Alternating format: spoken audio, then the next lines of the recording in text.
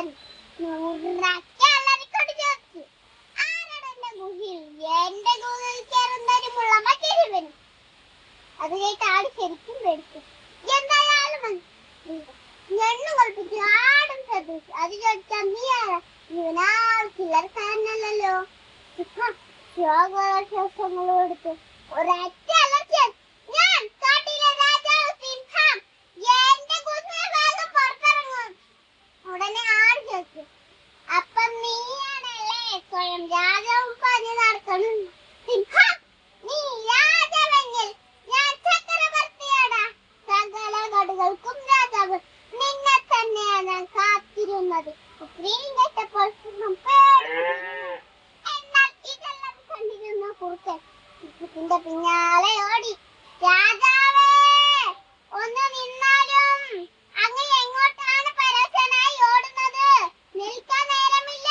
ആ ചക്രവർത്തി എന്റെ കഥ കഴിക്കും. ചക്രവർത്തിയോ? അതെ, അങ്ങനെയുള്ളൊരു ജന്തു എന്റെ ഗുഹയിൽ ഇരിപ്പുണ്ട്. ഇനി ഈ കാട് രക്ഷയില്ല. രാജാവില്ലാത്ത മറ്റേതെങ്കിലും കാടുണ്ടോന്ന് ഞാൻ നോക്കട്ടെ. പ്രഭു, അങ്ങേ ആരോ പറ്റിച്ചതാ. വാക്കുണ്ടെന്ന് ഞാൻ നോക്കിട്ട് വരാം. ഗുഹ അരികിൽ കാൽപ്പാട് കണ്ടപ്പോ തന്നെ കുറുക്കന് കരിമ്പിടി കിട്ടി.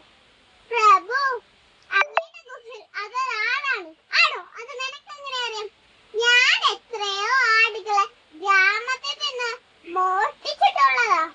അങ്ങ് ധൈര്യമായി വന്നാലും പേടിയാണെങ്കിൽ എന്റെ പിറകിൽ ഒളിച്ചു. ഒരു രാജാവായി ഞാൻ ഒരു നിസ്സാര കുറുക്കന്റെ പിന്നിൽ ഒളിക്കുകയോ? സിംഹം പെറുപെറുത്തു. പ്രഭു, നമ്മുടെ വലികൾ കൂട്ടിക്കെട്ടാം. ആദ്യം തിന്നുകയാണെങ്കിൽ ആദ്യം എന്നെ തിന്നോട്ടെ. അങ്ങ് ധൈര്യമായി വന്നാലും ഗുഹാരി സിംഹത്തെയും കുറുക്കനെയും കണ്ടിരുന്ന ആടിന് വെപ്രാളമായി. അവരുടെ വാലിൽ കൂട്ടിക്കെട്ടിയപ്പോൾ കരിമ്പിടിയിട്ടു. ഓ, ഈ വീര കുറുക്കന്റെ ധൈര്യം വന്നിരിക്കും. കാണിച്ചു കൊടുക്കാം. കുറുക്കൻ ആടിനെ കളിയാക്കി ചോദിച്ചു, എപ്പോഴത് ഈ ചക്രവർത്തി ബുദ്ധിമാനായി ആടും വിട്ടുകൊടുത്തില്ല? കുറച്ചു നേരമായി ചങ്ങാതി, നീയാണ് ശരിക്കും കുറുക്കൻ. തിന്നണ പറഞ്ഞ് നീ രാജൻ തന്നെ കൊട്ടുള്ളൂ. എന്താ മടിച്ചു നിൽക്കുന്ന? ആ കീഴൻ അങ്ങോട്ട് തള്ളോ, അത് ഞാൻ അങ്ങോട്ട് വേണം. കുറുക്കൻ നല്ല